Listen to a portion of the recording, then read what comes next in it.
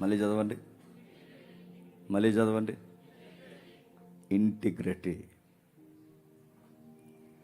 చదువుతున్న పదం చూసినప్పుడు అండి, డిక్షనరీని అడుగుతారో, గూగుల్ని అడుగుతారు, ఏఐని అడుగుతారో, ఇంకెక్కడ అడుగుతారో, శంకర్ నారాయణ డిక్షనరీని అటు ఇటుగా తిరగేస్తారో, ఏ డిక్షనరీని అడుగుతారో అడగండి.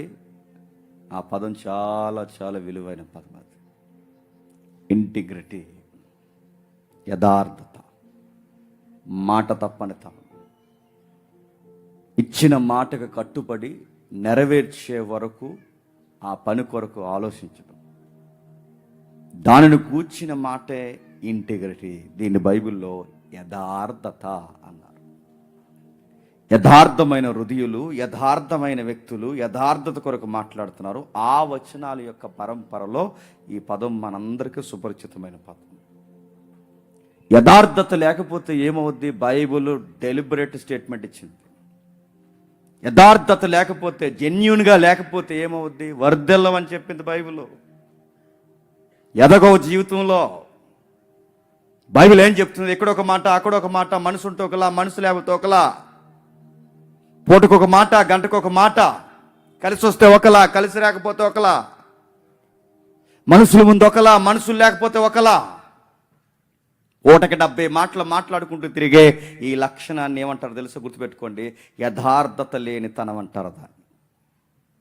యథార్థత కావాలి, యథార్థత కావాలి. బైబిల్ అందే డెలిబరేట్గా మాట్లాడింది, యథార్థవంతులు తప్పక వర్ధిల్లుతారు. నువ్వెందుకు ఎదగలేకపోతున్నావు? జెన్యూనిటీ మిస్ అవుతుంది. నువ్వెందుకు జీవితంలో అన్ని విధాలుగా ఎదగలేకపోతున్నావు? జెన్యూన్గా ఉండలేకపోతున్నావేమో. చాలామంది యంగ్స్టర్స్ ఉన్నారు, మీ పేరెంట్స్ కళ్ళు కప్పుతున్నావేమో. మీ గురువులతో లేనిపోని అబద్ధాలు చెబుతున్నావేమో. ఎప్పుడు గుర్తుపెట్టుకోండి, యథార్థత బాగా వినాలి. ఏ మనుషులైనా మనకు పరిచయం అయినప్పుడు, ఎవరైనా మనకు పరిచయం అయినప్పుడు, ఆ పరిచయం బలపడాలంటే ఏముండాలి తెలుసా? యథార్థత ఉండాలి. మాట అవునంటే అవును, కాదంటే కాదు, చేస్తానంటే చేస్తాను, చేయనంటే చేయను. నా వల్ల అవుతాదంటే అవుతుంది, అవ్వదంటే అవ్వదు. ఈ పని చేస్తామంటే ఖచ్చితంగా ఆ పనిలో క్వాలిటీ చెయ్యాలి, లేదా నేను చేయలేను, ఇదిగో పక్కన పెట్టేస్తున్నాను. చేస్తానని చెప్పి బొంకడం, చేస్తానని రకరకాల చేయడం. గుర్తుపెట్టుకోండి, ఇది యథార్థత అనిపించుకో. సందర్భం మాట చెప్తున్నాను. ఆ జెండాలు కనబడుతున్నాయి చూసారా? నేనే తెప్పించాను. ఆ జెండాలు వేయాలని మీకు ఎందుకు అనిపించిందంటే, నేను పోలీస్ డిపార్ట్మెంట్లో పనిచేస్తూ ట్రైనింగ్లో ఉన్నప్పుడు ఆ జెండాలు మాతోనే పాటించేవారు. ట్రైనింగ్లో అదొక భాగం. ట్రైనింగ్లో అక్కడ మా డిపార్ట్మెంటు ఆ జెండా రెపరెపలాడుతూ ఉంటుంది. దాన్ని ఒక సిస్టమేటిక్గా పాటిస్తారు. ఖచ్చితంగా దాన్ని కొలత, దానికి ఒక రూల్ ఉంటుంది, దానికంటూ ఒక అర్థాలు ఉంటాయి. అలా పాతాలి. జెండాలు తెప్పించాను, బాగానే ఉంది. నేమ్స్ కొట్టించాను. ఏమి నేమ్స్ కొడతారంటే ఏవో చెప్పారు. అది ఏమద్దురా అబ్బాయి, ద లార్డ్ జీసస్ క్రైస్ట్ అని కొట్టండి అంతే. అదొద్దు ఇదొద్దు, ప్రభువు కూర్చే కొట్టండి, ఆయన పేరే ఎగరాలి, ఆయన పేరే కనబడాలి. చక్కగా చేయించాడు. శేఖర్ తమ్ముడు వీళ్ళందరూ కలిసి చేయించారు, బాగానే ఉంది. పాతండి అబ్బాయి అని చెబితే అక్కడొక జెండా, ఎక్కడొక జెండా, సంబంధం లేదు జెండా. అలాగేలా పాతారు. ఆ గుణపలు మీరు వీలైతే ఈ నైట్ వరకు ఏమైనా చేస్తే చేయండి. ఇక్కడ గుణపం దిగదండి, ఈ ల్యాండ్ అలాంటిది. కష్టపడి సుత్తులు తీసి అలా తీసి మొత్తమే కొట్టారు. సరిగ్గా వచ్చేసరికి కూడా 70 జెండాలు పాతేసి వండించారు. ఇలా చూస్తే జెండాకి సంబంధం లేదు. తిట్టాను నేను. పని చేసామంటే పనిలో అందం ఉండాలి. పని చేసామంటే ఎవడరా ఈ పని చేసింది, ఎంత బాగా చేశాడని చెప్పుకోవాలి. ఈ జెండాల్లో లేవరు అబ్బాయి, ఊడబీక తెచ్చిన జెండాల్లో ఉన్నాయి. ఇలా తీసారండి, మొత్తం జెండాలు పీకేశాను. అన్న ఈ వర్క్లో ఇది ఒక్క జెండా కనబడకుండా కరెక్ట్గా ఉండాలి. ఇగో మీకు తాడు ఇస్తున్నాను, ఫస్ట్ ఫోల్కి తాడు కట్టండి, దీనికి తాడు కట్టండి. తాడును అంటిస్తూ జెండా పాతండి. ఎక్కడ నిలబడితే చివరి జెండా ఒకే లైన్లో కనబడాలి. కట్టేస్తారంటే ఎవరు కట్టేస్తారంటే, అప్పుడు మన మెడికల్ ఫీల్డ్లో ఉన్న డేవిడ్ గారు వచ్చి నేను చేయిస్తానన్నా. ఒక గొయ్యి కాదు, 2 గొయ్యలు కాదు, ఇన్ని గొయ్యలు తవ్వడానికి తెల్లారిందండి వాళ్ళకి. నేను అనుకున్నాను, చివరి వరకు చేయిస్తాడా చేయించడా. ఎందుకంటే కొంతమంది ఉంటారు మా దగ్గర పెద్ద మనుషులు, అలాగే చేస్తాడా చేయిస్తాడా చేయించడా. మిడ్ నైట్ దాటింది, 2:30 అయింది, 3:30 అయింది, 4:30 అయింది, చలి విపరీతంగా ఉంది, చేయిస్తాడా చేయించడా. నేను అనుకున్నట్టుగానే చివరి జెండా వరకు చేయించాడు. నేను మళ్ళీ మిగిలిన జెండాలు ఉంటే ఇంకా చాలే అంటున్నారు. చాలే కదా, ఇంకా 4 ఉన్నాయి. కరెక్ట్గా లైన్గా అక్కడ వేయండి. చూసిన వెంటనే గేట్ దగ్గర ఎదురుకుపోవాలి. ఆ 4 అక్కడ 4 అన్నారు. 4 మళ్ళీ అన్న చెప్పాను, అన్న పాటిస్తావా అన్నాను. పాటించేద్దాం అన్న. మొత్తం పాటించాడు, అన్నీ చేశాడు. దీన్ని ఏమంటారు చెప్పిన? చెప్పిన పనిని యథార్థంగా చేసుకుపోయేదాన్ని యథార్థత అంటారు. ఏదన్నా అని అడుగుతున్నాను, ఇంట్లో పని అయినా, ఎవరు చెప్పిన పని అయినా, ఏదన్నా పని చేస్తే బాగా చేయాలండి.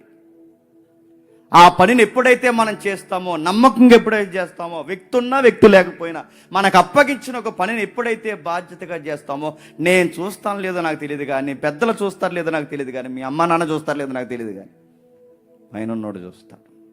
కమిట్మెంట్ ఉన్నవాడు రీడని, పైన ఉన్నవాడు గమనిస్తాడు. యథార్థత ఉన్నవాడు రీడని, పని కలిగిన వాడు రీడని, నిపుణత కలిగిన వాడు రీడని బైబిల్ చెప్తుంది. బైబిల్ మాట్లాడుతుంది, ఈ మాట జాగ్రత్త, మీ మాట జాగ్రత్త, మాట ఇచ్చే ముందు జాగ్రత్త, యథార్థంగా ఉండండి.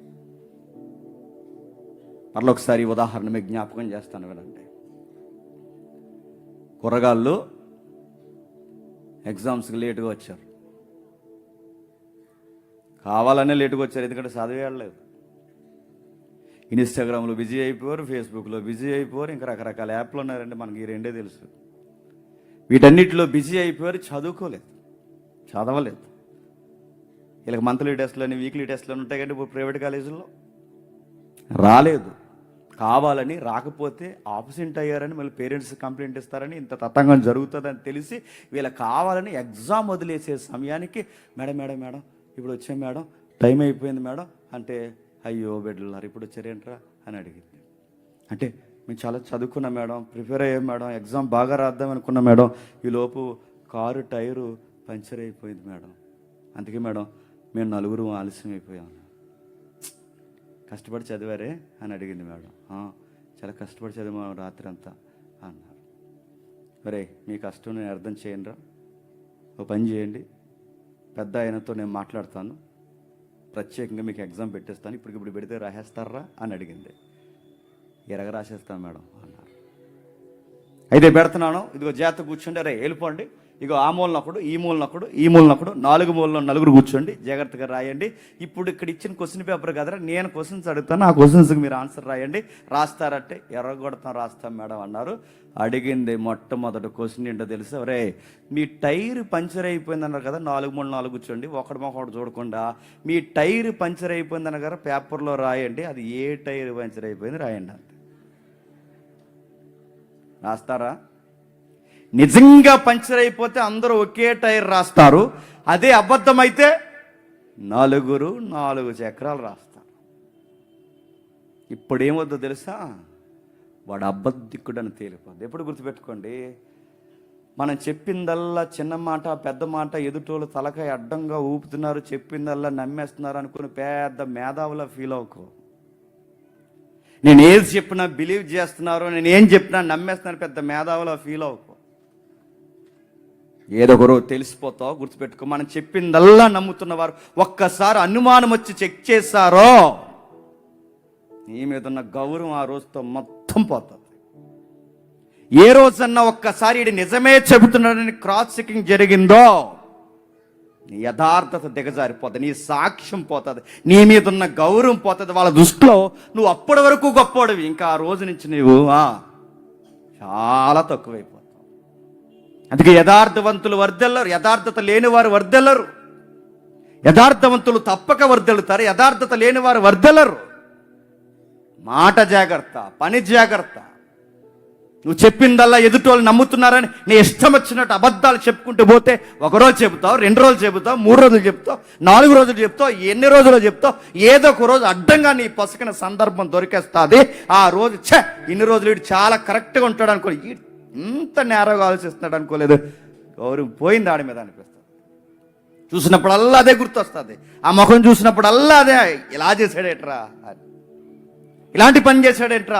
అవన్నీ అంటే అప్పటి వరకు నువ్వంటే గౌరవం, అప్పటి వరకు నువ్వంటే ఒక విధానం, అప్పటి వరకు నువ్వంటే ఒక ప్రేమ. కానీ ఇప్పుడు నువ్వు చెప్పిన అబద్ధానికి నీ డొల్లతనం బయట పడిపోయింది కనుక మొత్తం గౌరవం పోతుంది. బైబిల్ చెబుతుంది, ఎక్కడ నువ్వు ఉన్నా జాగ్రత్త, ఎక్కడ నువ్వు ఉన్నా జాగ్రత్త. నీ యథార్థతను వదలొద్దు. సిఎస్ లూయిస్ ఇలా అంటాడు. ఆయన సిఎస్ లూయిస్ తెలుసు కదా, నార్నియన్ నవల్ రచయిత. సిఎస్ లూయిస్ చాలా రచనలు ఉన్నాయి. నిజానికి ఆయన గురించి చెప్దాం అనుకున్నాను, కాకపోతే ఈ టైం సెట్ అవ్వద్దు. ఈ సిఎస్ లూయిస్ ఎవరైతే ఉన్నారో ఆయన ఒక మాట అంటాడు, ఒక స్టేట్మెంట్ ఇచ్చాడు. ఏమన్నాడంటే, ఎవరో చూస్తున్నారని, ఎవరో నిన్ను గమనిస్తున్నారని నువ్వు రైట్గా జీవించు. ఎవరో చూస్తున్నారని యథార్థంగా ఉండడానికి నువ్వు ప్రయత్నం చేయకు. ఎవరు చూసినా చూడకపోయినా నువ్వు యథార్థంగానే జీవించు. ఎందుకంటే నిన్ను పుట్టించిన దేవుడు ఎల్లకాలము నిన్ను చూస్తున్నాడు. నిన్ను పుట్టించిన దేవుడు ఎల్లకాలం చూస్తాడు. ఎక్కడ చూస్తాడు? నువ్వు పని చేసే స్థలంలో చూస్తాడు. ఎక్కడ చూస్తాడు? నువ్వు ఉద్యోగం ఎక్కడ చేస్తున్నావు అక్కడ చూస్తాడు. ఎక్కడ చూస్తాడు? నీ సంసారంలో చూస్తాడు. ఎక్కడ చూస్తాడు? నీ స్నేహంలో చూస్తాడు. ఎక్కడ చూస్తాడు? నీ సేవలో చూస్తాడు. ఎక్కడ చూస్తాడు? నీ మనీ వాడే విధానంలో చూస్తాడు. ఎక్కడ చూస్తాడు? ప్రతి సెక్టార్లో చూస్తాడు. ఒంటరిగా ఉన్నప్పుడు ఎలా ఉన్నావో చూస్తాడు. నలుగురిలో ఉన్నప్పుడు ఎలా ఉంటున్నావో చూస్తాడు. నీ ధనంలో చూస్తాడు, నీ పడకలో చూస్తాడు, నీ నడకలో చూస్తాడు, నీ మొబైల్ వాడే విధానం చూస్తాడు. ఇతరులతో నువ్వు మాట్లాడేటప్పుడు ఆ మాటలు చూస్తాడు, లేనప్పుడు ఎలా మాట్లాడుతున్నావో చూస్తాడు. పచ్చి అబద్ధాలు ఎలా ఆడుతున్నావో చూస్తాడు. వంకర మాటలు ఎలా మాట్లాడుతున్నావో చూస్తాడు. వ్యక్తుల్ని ఎలా గౌరవిస్తున్నావో చూస్తాడు. వ్యక్తి ఉన్నప్పుడు ఎలా ఉన్నావో చూస్తాడు. నీ ప్రార్థనా జీవితం చూస్తాడు. బైబిల్ స్టడీ చూస్తాడు. ఒక్కటేంటి, ఎంటైర్ నీ లైఫ్ అంతా చూస్తాడు. చూసే దేవుడిన, గుర్తుపెట్టుకోండి. గమనించే దేవుడిన. అన్నీ చూస్తాడు. నీ టైం చూస్తాడు, నీ ట్రావెల్ చూస్తాడు, నీ టాలెంట్ చూస్తాడు, ప్రతిదీ చూస్తాడు. ఎందుకు? నిన్ను ఆశీర్వదించాలనుకున్నాడు. ఆ ఆశీర్వాదానికి అర్హత, ఆ ఆశీర్వాదానికి పత్రం, ఆ ఆశీర్వాదానికి బంగారు పత్రం ఏంటో తెలుసా? ఇంటిగ్రిటీ ఉండాలి. గుర్తుపెట్టుకోండి. యథార్థత ఉండాలి. సెమినార్కి వచ్చావు, సెమినార్ కోసమే ఉండాలి నీ మైండ్. 6 రోజులు వాక్యం వినడానికి వచ్చావు, వాక్యం మీద ఉండాలి నీ ఫోకస్. 6 రోజులు 4 ముక్కలు నేర్చుకుని పోదామని వచ్చావు, నేర్చుకునే మనసు ఉండాలి నీకు. ఇక్కడికి వచ్చి వంకర సూపులు, ఇక్కడికి వచ్చి పనికిమాల ఆలోచన, ఇక్కడికి వచ్చి చెత్త సంబంధాలు, ఇక్కడికి వచ్చి చెత్త చెదారం పెట్టుకుంటే దేవుడు గమనిస్తాడు. గుర్తుపెట్టుకో. యవనస్తులు అందుకే మన సెమినార్లో ఎవరున్నా మన సెమినార్లో ఎవరి తాలూకైనా, ప్రెసిడెంట్ గారి తాలూకా అని చెప్పిన, ఎమ్మెల్యే గారి తాలూకా అని చెప్పిన, ఎవరున్నా జంటలు మాట్లాడడం మక్కులు ఇరిగిపోతాయని వార్నింగ్ ఇచ్చాం మేము. అస్సలు ఉండడానికి వీల్లేదు. ఇక్కడ వచ్చింది వాక్యం, ఇక్కడ ఉండదు హోలీనెస్. వాక్యానికి పెద్దపీట, వాక్యానికి పీట, వాక్యానికి మాత్రమే గౌరవం.